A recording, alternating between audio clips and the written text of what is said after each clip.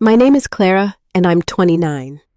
I sat at my desk, heart pounding, staring at an email that felt like a slap. Training budget canceled. Not mission critical, the director wrote. Months of planning late nights with my team, my pitch to the board all dismissed with a single line. My coffee mug, a gift from my mentor, cracked in my grip, the jagged edge biting my palm. How do you fight when your work's called worthless? I found a way, but it wasn't easy. The office around me buzzed with oblivious chatter, keyboards clacking, while I felt the ground shift beneath me. I'd poured my heart into that training program, believing it could save us from disaster. Now it was gone, and I was left holding the pieces. Have you ever been dismissed like that? Your efforts swept aside? Share where you're watching from, hit like and subscribe to hear how I turned it around. I leaned back in my chair, the hum of the office air conditioner, a dull roar in my ears. My name's Clara, 29, and the director's email still stung, its words looping in my mind like a bad song. My team deserved better than this. I grabbed my phone, my fingers stiff, and called a meeting in our cramped conference room, its walls scuffed from years of neglect. Jocelyn, Miles, and Preston shuffled in their faces, a mix of exhaustion and hope, the fluorescent lights casting harsh shadows. I took a deep breath, the air tasting stale, and forced my voice steady. The training budget's gone. Leonard says it's not critical. Jocelyn's eyes widened, her hands clenching the table's edge, her chipped nail polish catching the light. Clara, that training was our fix for the server issues. Without it, we're sitting ducks for a crash. Miles slumped, running a hand through his thinning hair, his voice bitter. All those late nights for nothing. I skipped my kid's soccer game for this, Clara. Preston, ever the optimist, leaned forward, his chair creaking. Can we appeal? Show him the risks? I nodded, but my chest tightened, a knot of doubt forming. I'd faced Leonard's dismissive smirk before during a budget meeting where he'd barely glanced at my slides. I sent them back to their desks, their footsteps heavy on the worn carpet, and opened my laptop, the screen's glow harsh against my tired eyes. Drafting an email to Leonard. I chose each word with care, my fingers hovering over the keys. I listed the vulnerabilities in our systems, laggy servers, outdated firewalls, the client complaints stacking up, the looming threat of $1 million outage. Every sentence felt like a plea, not just for the budget, but for him to see my team's worth. I hit send, my pulse a drumbeat in my ears, and waited, staring at the inbox like it might bite. 10 minutes later, his reply landed, focus on daily operations. Training's a luxury we can't afford. I stared at the screen, my throat tight, the word luxury ablaze. My team's expertise. Our sleepless nights reduced to that. I closed my laptop, picturing my mentor, Ellen, her voice warm but firm. Never let them dim your light. Her words felt distant, drowned by the hum of the office. Jocelyn knocked her face pale, her usual spark dimmed. Clara, can we talk? She sat across from me, her voice low, almost a whisper. I'm job hunting. This place is killing my spark. I don't want to leave you, but I feel invisible here.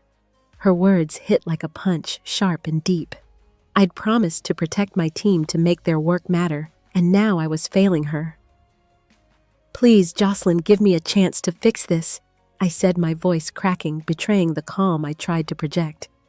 She nodded, but her eyes were distant, like she was already halfway gone.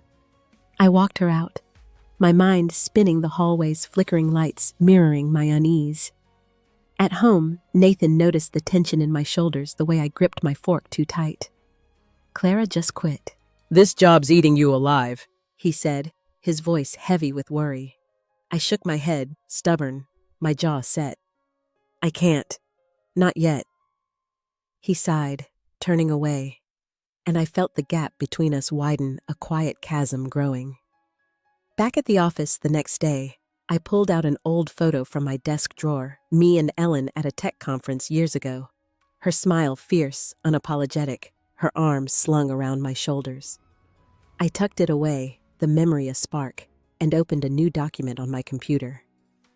If Leonard wouldn't listen, I'd build a case he couldn't ignore. Every glitch, every client complaint, every warning I'd sent, I'd track it all. My fingers flew across the keyboard, logging the first entry, a server lag from yesterday that delayed a client report by hours. It wasn't much, but it was a start, a small rebellion taking shape. I glanced at the clock, nearly midnight, the office silent except for the faint buzz of a dying light bulb. I kept typing, fueled by a quiet, burning resolve, the kind that grows in the dark. This wasn't just about the budget anymore. It was about proving we weren't disposable, that our work had weight. The next morning, my eyes burned from the screen's glare, but I dragged myself to the office, coffee in hand, its bitterness sharp on my tongue. Jocelyn's confession about job hunting lingered like a bruise, tender and raw. I couldn't lose her, not after everything we'd built. At my desk, I checked the server logs, noting another flicker in performance, this one stalling a client's payment portal for 20 minutes, their frustrated emails already piling up. I added it to my growing file, each entry a small act of defiance, a brick in the wall I was building. My phone buzzed. It was Preston asking to meet in the break room, its vending machine humming faintly. When I got there, he was pacing, his usual grin gone, his hands shoved deep in his pockets. "Clara, I overheard Leonard talking to the CFO in the elevator. He's framing the budget cut as your idea, saying you didn't push hard enough for the training." My stomach twisted, a cold knot forming. I'd expected resistance, but this, blaming me to cover his tracks. I thanked Preston, my voice tight, and walked back to my office, my steps heavy, the hallway's gray walls closing in. Miles was waiting. His arms crossed, his face shadowed. "Clara, I'm sorry, but I'm done fighting for this place. I'm not quitting yet, but I'm not killing myself either," he said, his voice low-edged with defeat. His words stung, not because they were harsh, but because I saw my own doubts in his tired eyes. I nodded, unable to argue, and he left without another word, his footsteps fading. Alone, I opened my email, hoping for a response from Leonard, maybe a hint of compromise. Nothing.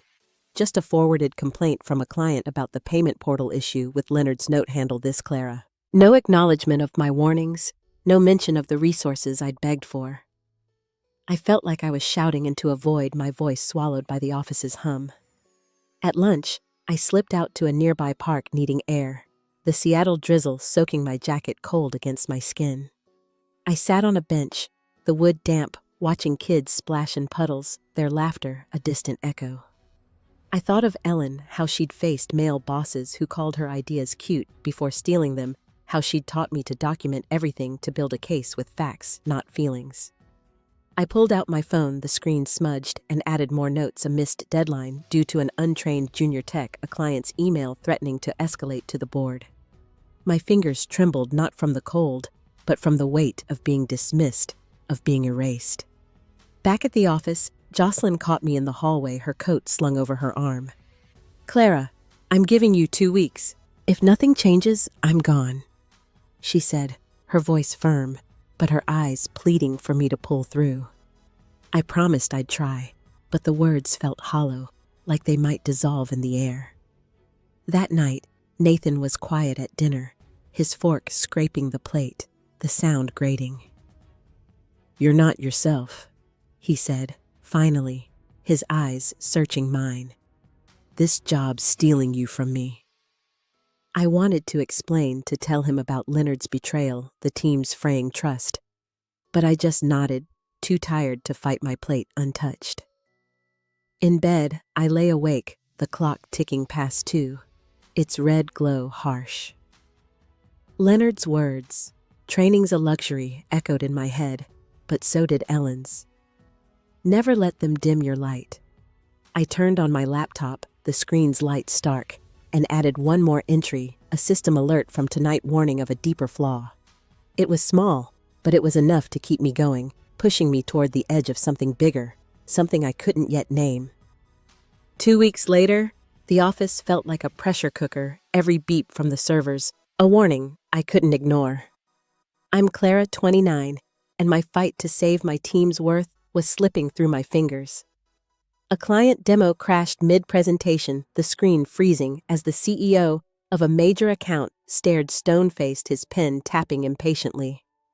Back in the boardroom, Leonard didn't look at me, but his voice cut sharp, amplified by the room's tense silence. "Clara, your team's dropping the ball. This is unacceptable." I gripped my notepad, my knuckles white, the paper crumpling under my fingers, and forced my tone even.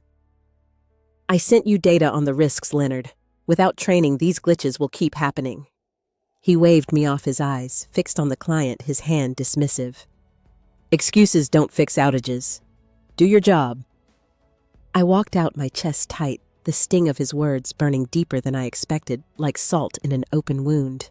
In the hallway, Jocelyn caught my arm, her grip firm, her voice low. "Clara, I got an offer. Better pay, better respect. I'm leaning toward taking it." My heart sank heavy as lead. I'd been holding on to her loyalty, counting on it to keep me grounded, but now it was fraying. "Please, just a little longer," I said, my voice thin, almost desperate, betraying the strength I wanted to project. She nodded, but the distance in her eyes told me I was losing her. Maybe already had.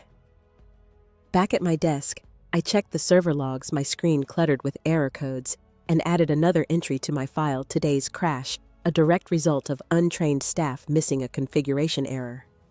My hands shook as I typed, anger mixing with a creeping dread that I was running out of time. Miles had been avoiding me, his cubicle empty during our usual check-ins, his chair pushed in too neatly. I found him in the break room, staring at his phone, the screen's glow highlighting the lines on his face. "Miles, we need you," I said, trying to sound steady, but my voice wavered. He didn't look up, his thumb scrolling aimlessly. "Clara, I'm just keeping my head down. This place doesn't care about us." His words hit hard, echoing my own fears, like a mirror I didn't want to face. I wanted to argue, to pull him back, but I saw the exhaustion in his slumped shoulders, the weight of his own battles. I left him there, the vending machine's hum filling the silence, the weight of his withdrawal heavy on me. Preston tried to lighten the mood later, bringing me a coffee, its steam curling in the air. "We'll get through this, Clara," he said, but his smile faltered, his eyes uncertain. Even his optimism was cracking, and it scared me more than I'd admit. That evening, I stayed late, the office dark, except for my desk lamp, its light pooling on my cluttered desk. I was updating my documentation when Sheila, Leonard's assistant, slipped into my office, her coat buttoned tight. She glanced at the door, then whispered, "Clara, Leonard's redirecting your budget to a marketing stunt for the annual gala. He's telling everyone it's his big cost-saving win." My jaw clenched, a sharp pain shooting through my teeth. All our work, our warnings traded for a flashy party? I thanked Sheila, my voice tight, and she left quickly, her shadow fleeting across the wall. Alone, I stared at my screen, the cursor blinking like a heartbeat relentless. Leonard wasn't just ignoring us. He was profiting off our struggle, building his reputation on our backs. At home, Nathan barely looked up from his laptop, his fingers tapping restlessly. "You're late again," he said, his tone flat, drained.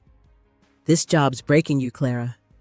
I wanted to snap back to tell him about Leonard's betrayal, but I just nodded, too drained to fight my hands cold against the countertop.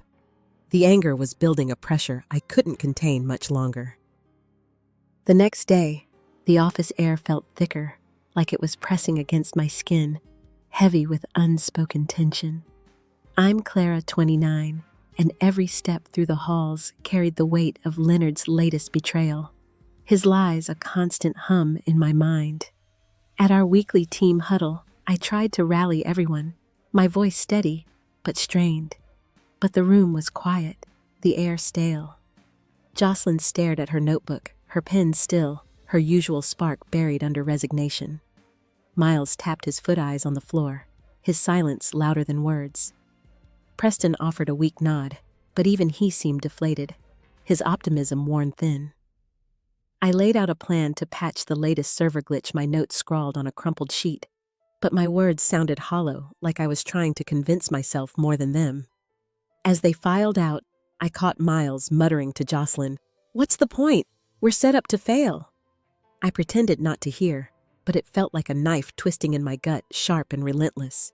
I headed to a company happy hour that evening, hoping to clear my head, the bar's noise a jarring contrast to my mood. The place was loud, all clinking glasses and forced laughter, the air thick with cologne and spilled beer.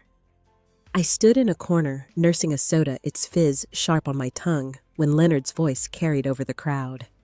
He was at a table with senior execs, his laugh booming, his tie loosened. "My cost-saving moves are genius," he said, leaning back in his chair, his glass raised. "Trim the fat kept us lean." I froze, my glass cold against my palm, the words sinking in. He was bragging about gutting our budget, spinning it as his victory, while my team scrambled to keep the systems running, our warnings ignored. My face burned, and I slipped out before anyone noticed the night air cold against my flushed skin.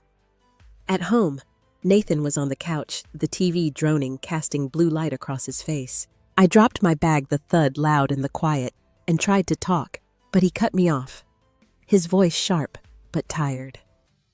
"Clara, I can't keep watching you drown in this. You're choosing that job over us." The accusation landed like a weight, pinning me in place. I wanted to tell him how Leonard's lies were suffocating me, how I was fighting for my team, but all I managed was, "I'm trying." My voice was small, barely mine. He shook his head and went to bed, his footsteps heavy, leaving me in the dark living room. I sank onto the couch, my chest tight, feeling like I was failing everyone, my team, Nathan, myself. The next morning, a major client emailed furious about another glitch that delayed their data sync, their words sharp and demanding. Leonard forwarded it to me with a single line. "Fix this now, Clara. No questions, no support. Just blame his words, a cold slap."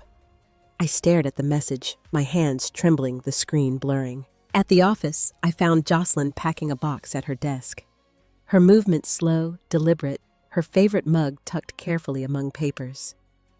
"I'm preparing Clara," she said, not meeting my eyes. "Just in case." My heart pounded, panic rising like a tide. I'd built this team, poured everything into it, and now it was crumbling piece by piece.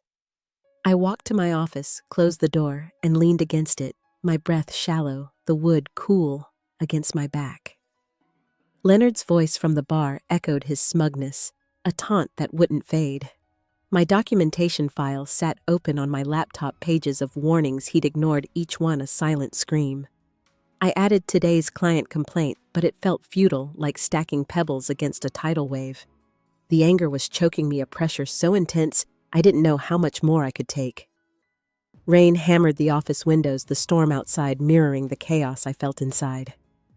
I'm Clara, 29, and that Friday, everything broke. The servers crashed during a peak client operation, a full-blown outage that froze transactions across 3 time zones, the alerts flashing red on my screen. My phone lit up with notifications, each one a scream for help. I couldn't answer, the sound piercing the office's quiet. I was in my office trying to coordinate a patch, my fingers fumbling over the keyboard, when Leonard burst in, his face red, his tie askew. "Clara, why didn't you fix this?" he shouted, slamming a fist on my desk, the impact rattling my pens. "You knew the risks." My heart raced, but I kept my voice steady, each word measured. "I warned you, Leonard. The training would have stopped this." He leaned closer, his breath hot, his voice low and venomous. "You're on thin ice. Fix it, or you're done." I stood frozen as he stormed out, his threat ringing in my ears, a bell I couldn't unhear. My desk was a mess of sticky notes and error reports, a chaotic map of everything I'd tried to prevent. Jocelyn rushed in, her eyes wide, her ponytail loose. "Clara, the client's threatening to sue. What do we do?" Her voice trembled, and I wanted to reassure her, but my own fear held me back. Before I could answer, Miles appeared, his voice shaking, his hands clenched. I missed a warning signal last week. I didn't say anything because I thought I'd get blamed. His confession hit like a slap, sharp and unexpected. I wanted to yell to ask why he hadn't trusted me, but I saw the guilt in his eyes, heavy as my own. We'll deal with it later, I said, my throat tight, my words clipped. Preston slipped in next, holding a USB drive, his expression steady. Clara, I backed up all your documentation. Use it. His quiet resolve was a lifeline, the only thing keeping me from crumbling. I sat down, my hands trembling as I opened my laptop, the screen's light harsh against the dim room. The outage was costing thousands per minute, and the client's emails were flooding in, each one angrier, their words like knives. I glanced at Preston's USB, my pulse pounding a drumbeat in my chest. Every ignored email, every warning I'd sent Leonard was on there, a lifeline or a weapon, I wasn't sure. Sheila poked her head in, her voice a whisper, her eyes darting to the hall. Leonard's been trashing you to the CEO, Clara. He's saying you botched the system updates. My stomach dropped, a cold weight settling in. He wasn't just dodging blame. He was burying me to save himself. I thanked Sheila, my voice barely audible, and she left, her footsteps fading into the storm's roar. Alone, I stared at the USB, my mind racing a storm of its own. Ellen's face flashed in my memory, her fierce eyes daring me to stand up, her voice steady in my mind. But this wasn't just about me anymore. Jocelyn's loyalty, Miles's mistake, Preston's trust all hung in the balance, fragile as glass. The outage was Leonard's fault, but I was the one in the crosshairs, my career teetering.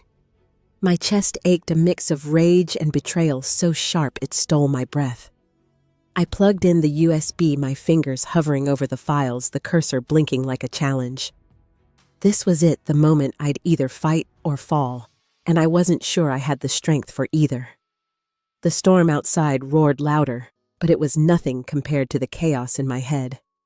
I'm Clara, 29, and the weight of Leonard's accusations crushed me, a boulder I couldn't push back. My office phone rang, the CEO's name flashing on the screen, the sound jarring in the quiet. I answered, my voice barely steady, my throat dry. Clara, we're holding an emergency meeting in 10 minutes, she said. Her tone clipped. Leonard says you failed to prioritize system stability. Be ready to explain. My heart stopped, the words sinking in like stones. He'd gone straight to the top, painting me as the failure, while the outage bled the company dry.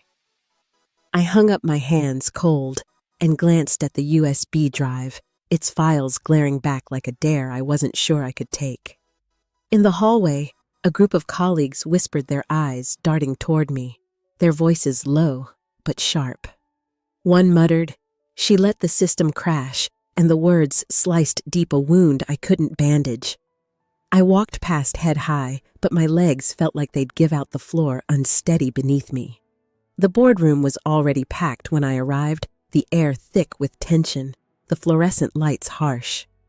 Leonard stood at the head, his posture smug, his voice loud, deliberate. Clara's team missed critical updates, he said, addressing the room, his eyes avoiding mine. I trusted her to handle it, but clearly she couldn't. Every head turned to me, their stares heavy with judgment, like I was already guilty. I opened my mouth to respond, but my throat closed, the room spinning, the walls too close. He'd twisted everything, and I was drowning in his lie. Jocelyn slipped into the seat beside me, her hand brushing mine under the table, a fleeting anchor. "Don't let him do this," she whispered, but her voice trembled like she wasn't sure I could fight back. Miles stood in the corner, avoiding my gaze, his silence louder than any accusation, his hands shoved deep in his pockets. Preston handed me a note, his handwriting steady. "You've got the truth. Use it." But the truth felt so small against Leonard's performance, his words a polished weapon. The CEO leaned forward, her eyes narrowing, her pen tapping the table.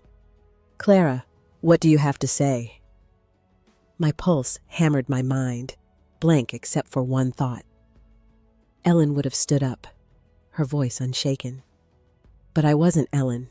I was just me. Cornered, exposed, with everything I'd built slipping away like sand. I clutched the USB in my pocket, my fingers slick with sweat, the plastic warm from my grip. Leonard's eyes met mine, a flicker of triumph in them, like he knew he'd won. The client's latest email popped up on my phone, threatening to pull their contract entirely, the words a final blow. The room waited for my answer, but all I could feel was the weight of betrayal. Leonard's my team's my own. My vision blurred, not with tears, but with a rage so deep it scared me, a fire I didn't know how to control. I was at the edge, and there was no way back, only forward, into the unknown. The boardroom's silence clung to me like damp air, Leonard's smug gaze burning a hole through my resolve.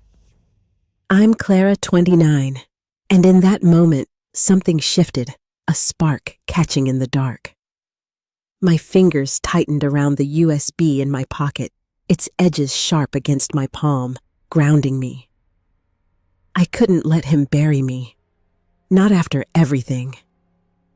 I stood, my voice steadier than I felt, each word a step forward. I'll have a report to you by Monday, I told the CEO, my eyes locked on hers, refusing to flinch. It'll show exactly why this outage happened. Leonard's smirk faltered just for a second, a crack in his armor, and that was enough to keep me moving. Back in my office, I shut the door, the click loud in the quiet, and pulled out the USB, my hands no longer shaking. I opened the files, years of warnings, emails, and logs, staring back, a testament to my team's unseen work. I started compiling a report, each sentence deliberate, the budget cut, Leonard's dismissal of my pleas, the direct link to today's crash. My desk lamp flickered, casting jagged shadows on the wall, but I kept typing, fueled by a fire I hadn't felt in weeks, a quiet defiance taking root. Ellen's words echoed in my mind, clear and strong. Truth isn't revenge. This wasn't about spite. It was about my team, our work, our worth, the hours we'd poured into keeping the company afloat. I texted Sheila, asking her to meet me in the empty break room, its fluorescent lights buzzing faintly. She arrived, her eyes nervous but sharp, her coat clutched tight. Clara. What's the plan? She whispered, glancing at the door. I slid a printed draft of my report across the table, the pages crisp, heavy with truth. Can you get this to the CEO anonymously? No one can know it's from me yet. She scanned the pages, her jaw tightening, her fingers tracing the data. He's been lying to everyone. I'm in. Her loyalty, quiet but fierce, felt like a lifeline, a thread pulling me back from the edge. I thanked her, my voice low, and headed back to my desk. My steps lighter, the air less heavy. Jocelyn was waiting, her arms crossed, her eyes searching mine. Clara. I heard about the meeting. You're fighting, aren't you? Her voice held a mix of hope and doubt, like she wanted to believe in me but wasn't sure. I nodded, meeting her gaze, my own resolve hardening. I'm done letting him win, but I need you with me. She hesitated, then gave a small smile, faint but real. One last shot. It wasn't a promise, but it was enough to keep me going. I called a quick huddle with Preston and Miles in the conference room, its air stale but charged. I laid it all bare, my voice steady now. I'm taking this to the top. Leonard's negligence caused this, and I've got proof. Are you in? Preston grinned, his usual spark, reigniting, his eyes bright. Miles shifted his hands, unclenching, then nodded slowly. Yeah, let's do it. Their trust, fragile but real, lit something fierce inside me, a fire that felt like mine. The office was quiet, the storm outside fading to a drizzle, but inside me a fire burned, steady, unyielding. I'm Clara, 29, and I was done being silenced. With my team's tentative trust fueling me, I pulled an old scarf from my drawer, a faded blue keepsake from Ellen, its fabric soft against my fingers. I draped it over my shoulders, its weight like armor grounding me. I opened my email and drafted a message to the board. My words sharp but measured. I request a review of resource allocation errors leading to Friday's outage. I attached a summary of my report, not the full thing, just enough to spark questions to plant a seed. My finger hovered over the send button, my pulse loud in my ears, a rhythm of resolve. This wasn't just a report. It was a line in the sand, a declaration. I clicked send, my breath catching the sound soft but final. I turned back to my report, adding a new section: client losses tied to Leonard's budget cuts numbers that couldn't be ignored, stark and undeniable. My phone buzzed a message from Preston. Found a recording of Leonard dismissing your warnings in last month's meeting. Sending it now. I played the file, Leonard's voice smug, cutting through the quiet. Clara's training obsession is a waste of funds. My jaw tightened, but a smile crept in, small but sharp. This was gold, a weapon I hadn't expected. I saved it to my report, my hands steady now, each click a small victory, building something unbreakable. I pictured Ellen nodding, her fierce eyes proud, her presence a quiet strength beside me. Miles knocked, stepping inside with a hesitant look, his shoulders less slumped. Clara. I'm sorry for checking out. I'm in now, fully, he said, his voice quiet but firm, like he'd found his own fire. I nodded, my throat tight, a wave of relief washing over me. Good. We need you. He handed me a list of system errors he'd tracked, ones I hadn't caught, his handwriting, neat, deliberate. It was his way of stepping up, and it meant more than he knew. A bridge rebuilt. Jocelyn joined us, her eyes brighter than they'd been in weeks, her posture straighter. I'm staying, she said simply, her voice steady. You're fighting for us. I see it. Her words landed soft, but heavy, stitching. Something broken inside me, a wound I hadn't named. I worked late, the office dark, except for my screen's glow casting faint light on the walls. My report was nearly done, a meticulous case against Leonard's negligence, each page a testament to our worth. I added a final note: my team's hours, their expertise, their unwavering commitment, numbers and names that told our story. This wasn't just about the outage, it was about us, about refusing to be erased. I saved the file and leaned back, the scarf's soft weight grounding me, its texture a reminder of Ellen's lessons. Nathan's face flashed in my mind, his hurt, his distance a wound I'd neglected. I'd call him tomorrow, start mending that too. But tonight, I was here fighting my purpose clear. I stood, turned off the lamp, and walked out my steps, silent but sure. In the empty hallway, I caught my reflection in a window, my eyes fierce, alive, no longer shadowed. I was ready not just to fight, but to win back what was ours. Monday morning came fast, the Seattle sky heavy with clouds mirroring the tension in my chest. I'm Clara, 29, and the weight of my report now in the CEO's hands felt like a stone I'd dropped into still water, its ripples spreading. I walked into the office, my shoulders squared, expecting chaos, shouts, or accusations. Instead, the halls were eerily quiet, colleagues avoiding my gaze, their whispers fading as I passed, their footsteps soft on the carpet. I reached my desk, my inbox empty, except for one email from the CEO, its subject line, Stark board meeting at noon. Be there. My stomach tightened, but a strange calm settled over me, like the air before a storm breaks heavy with promise. The boardroom was packed, the air thick with anticipation, the faint smell of coffee lingering. Leonard stood at the front, his tie slightly askew.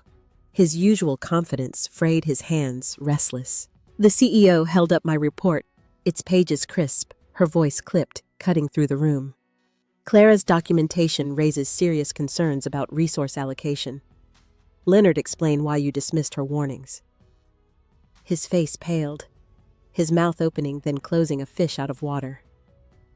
There were unforeseen issues, He stammered, his voice unsteady, his eyes darting.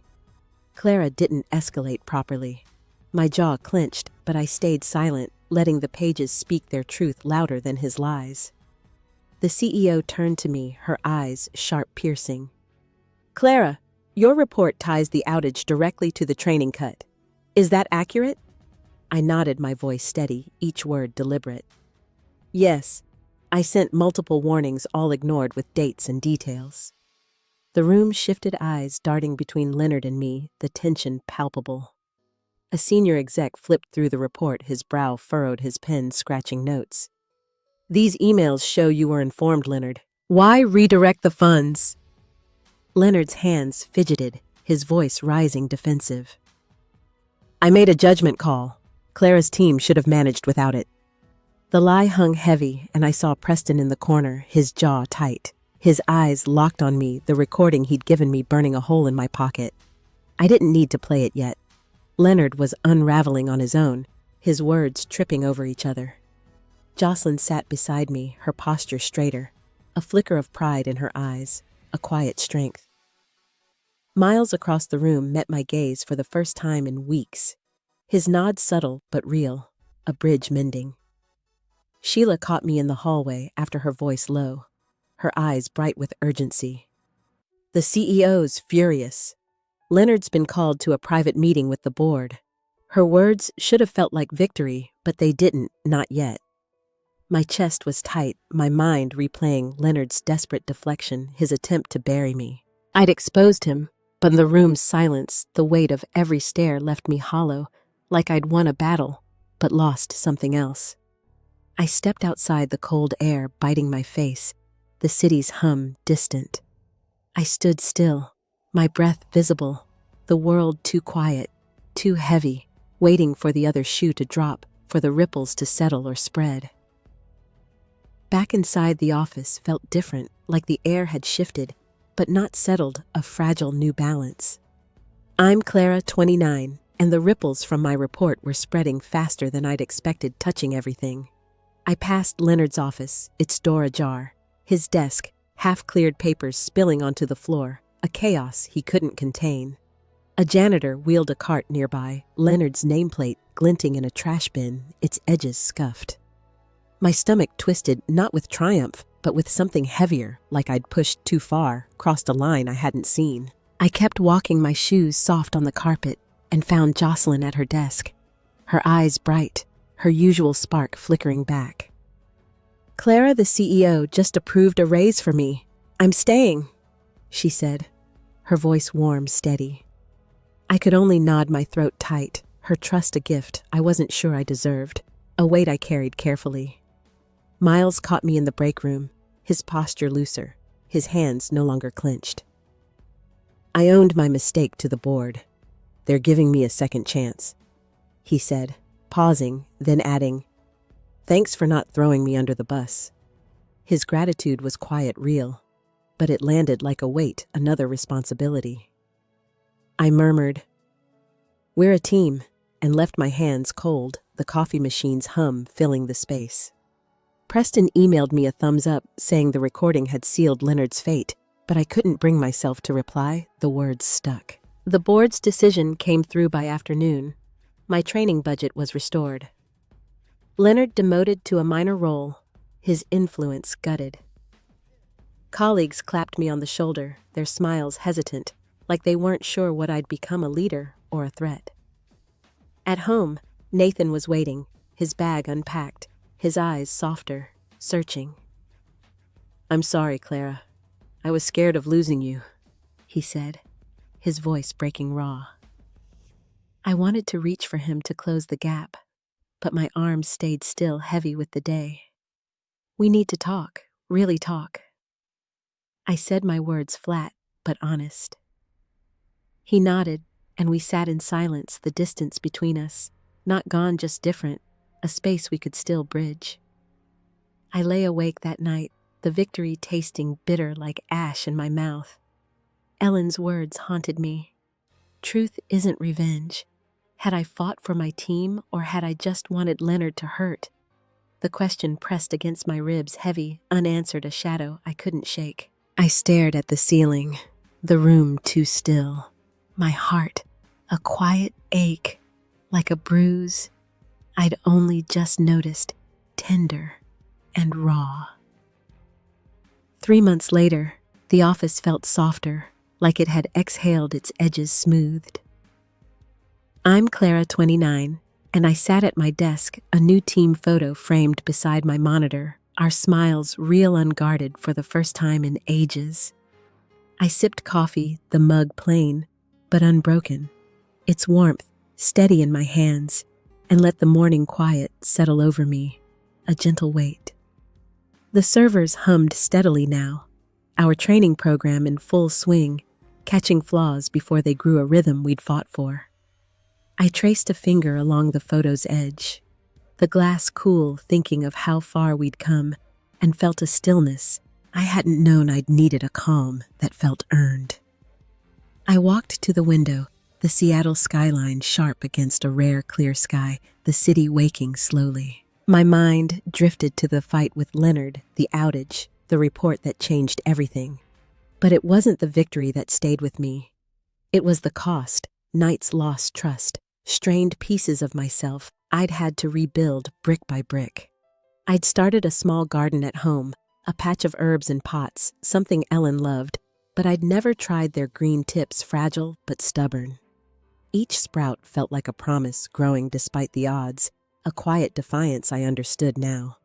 I'd water them in the evenings, the soil cool under my fingers, and feel a peace I hadn't known I could claim. Jocelyn popped in, her energy bright, her laugh filling the room. "Clara, team dinner at my place tonight. You're coming, no excuses," she said, her grin infectious, a reminder of why I'd fought so hard. I nodded, laughing softly, the sound new in my throat. "Wouldn't miss it." She lingered, her eyes softening. "You're different now. Stronger, but calmer." Her words landed gently, like she'd seen something I was only starting to feel, a shift I couldn't yet name. I thanked her, my voice quiet, and she left, her footsteps light down the hall, a sound of hope. At lunch, I slipped out to a nearby bookstore, a habit I'd picked up to clear my head, the smell of old pages grounding me. I wandered the aisles, pulling a worn novel from a shelf, its cover faded, its pages yellowed, but loved. It reminded me of evenings with Ellen, reading together, her voice warm, with stories of her own battles, her laughter, a light I'd chased. I bought the book, tucking it under my arm, its weight comforting, and stepped back into the daylight, the city's hum soft around me. Ellen's memory was softer now, less a wound, and more a guide, a compass for the road I was building. The evening air was cool as I drove to Jocelyn's place, the city lights blurring past, a soft glow against the dusk.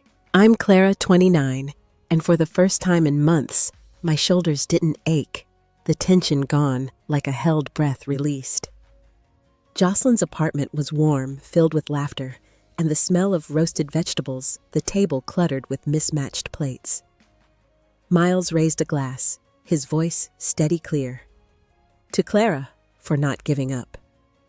The team cheered, their voices bright, and I smiled, but my eyes drifted to the window, the skyline a quiet anchor, steady and sure. I'd fought for them, but I'd found something for myself too, a strength that didn't need to shout, a quiet power I was learning to trust. Later, Preston pulled me aside, his grin shy, his eyes bright. "I'm mentoring a new tech. Feels good to pass it on," he said, his voice soft but proud. I nodded, seeing Ellen in his spark, her legacy, alive in ways I hadn't expected, a thread connecting us. Back home, Nathan sat with me on the porch, our first real talk in weeks, the air cool between us. "We're starting counseling," he said, his hand brushing mine, tentative but warm. "I want us to work." I squeezed his fingers, not promising perfection, just presence, a step forward. The stars above were faint, but steady, like us, holding on through the dark. In my garden, I knelt by the herbs, their leaves soft under my touch, their scent sharp and alive. I clipped a sprig of basil, setting it on my kitchen counter, its green vivid against the wood. It wasn't much, but it was mine, grown from patience, not anger, a small act of care. The CEO had stopped by earlier, her words careful, measured. Clara, "We're considering you for a bigger role." I'd thanked her, my voice even, but I didn't need the title. I'd already claimed something deeper, something that felt like mine. I walked inside the house quiet and sat at my desk, the team photo catching my eye, our faces open, unguarded. I didn't forgive Leonard, not really, but I let him go. His shadow, no longer heavy, no longer mine to carry. I leaned back, my breath slow, the world soft around me, a gentle hum. Whatever came next, I was ready, not because I'd won, but because I'd learned to carry my own light, steady and sure. Rain tapped softly on my window, a gentle rhythm that felt like home, a sound I'd come to love. I'm Clara, 29, and tonight I sat in my living room, a journal open on my lap, its pages filled with thoughts I'd never dared write before, words that felt like mine. The house was quiet, just the hum of the fridge and Nathan's steady breathing from the bedroom, a comforting cadence. I'd started writing after the outage, small notes at first, then longer ones tracing the jagged path from that awful email to now a map of my own becoming. It wasn't about Leonard or the office anymore. It was about me piecing myself back together, stitch by careful stitch. I'd taken up evening walks, a new habit born from restless nights. The Seattle streets calm after dusk, lined with flickering streetlights and the occasional dog walker their leashes taut. I'd pass a corner cafe, its windows warm, the smell of coffee drifting out, and let my mind wander free from the office's weight. I thought about the team, how Jocelyn's laugh had returned bright and unforced, how Miles now taught with a quiet confidence, his voice steady, how Preston's optimism never wavered, a beacon in the dark. They'd grown, and so had I, in ways I hadn't expected, small shifts that felt like home. I'd stopped checking my work email after 6, a boundary I'd never set before, and the world didn't end, the sky still there each morning. This morning, I'd found a small pottery class flyer tucked in my mailbox, its edges creased, the ink smudged. On a whim, I signed up, picturing my hands shaping clay, creating something just for me, something unjudged.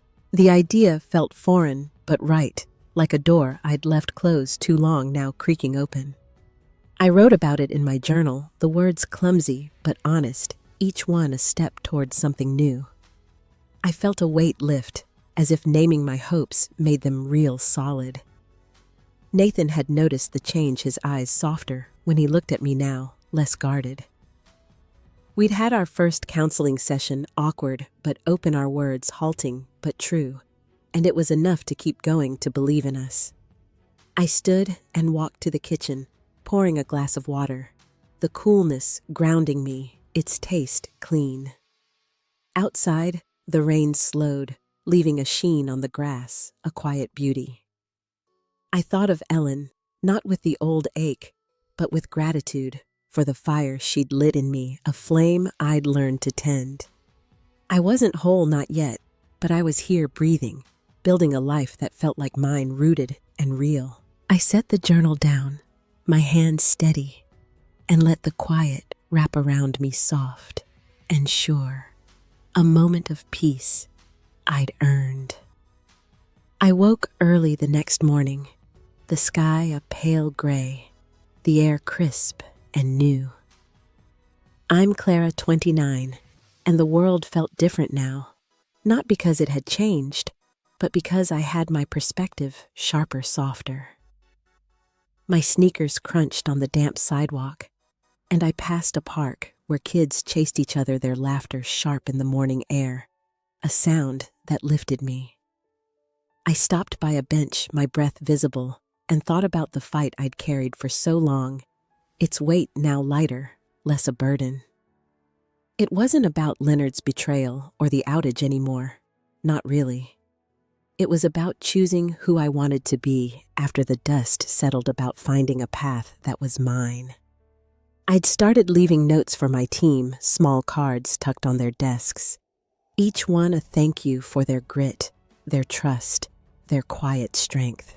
Yesterday, I left one for Jocelyn praising her sharp mind, her resilience. She'd hugged me, her eyes misty, her arms tight.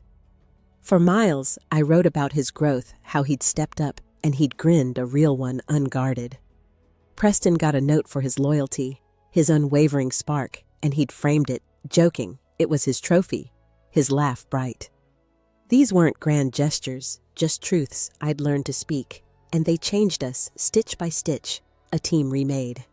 At home, Nathan and I cooked dinner together last night, moving around each other with a new ease, our laughter tentative, but growing a sound I'd missed. We weren't fixed, but we were trying, and that was enough a foundation to build on. Sitting on the bench, I pulled my coat tighter, the fabric rough against my skin, and thought about what I'd learned. Winning felt good, but it was fleeting, a spark that faded. The real strength came from standing up, not to prove someone wrong, but to prove yourself right, to claim your own space. I'd spent so long fighting to be seen, but the freedom came when I saw myself flawed, stubborn, but whole, undeniably me. I forgave Leonard, not because he deserved it, but because I deserved to let go, to walk unburdened. That was the lesson: you don't heal by holding on to anger. You heal by choosing what carries you forward, what roots you in the now. I stood my steps light and headed home, the morning unfolding soft around me, the world open and quiet. What's a moment that made you choose yourself? Share it below. I'd love to hear your story. If this resonated, please like, subscribe, and share. It means the world to keep these stories alive. Thank you for listening truly. Here's to finding your own light wherever you are.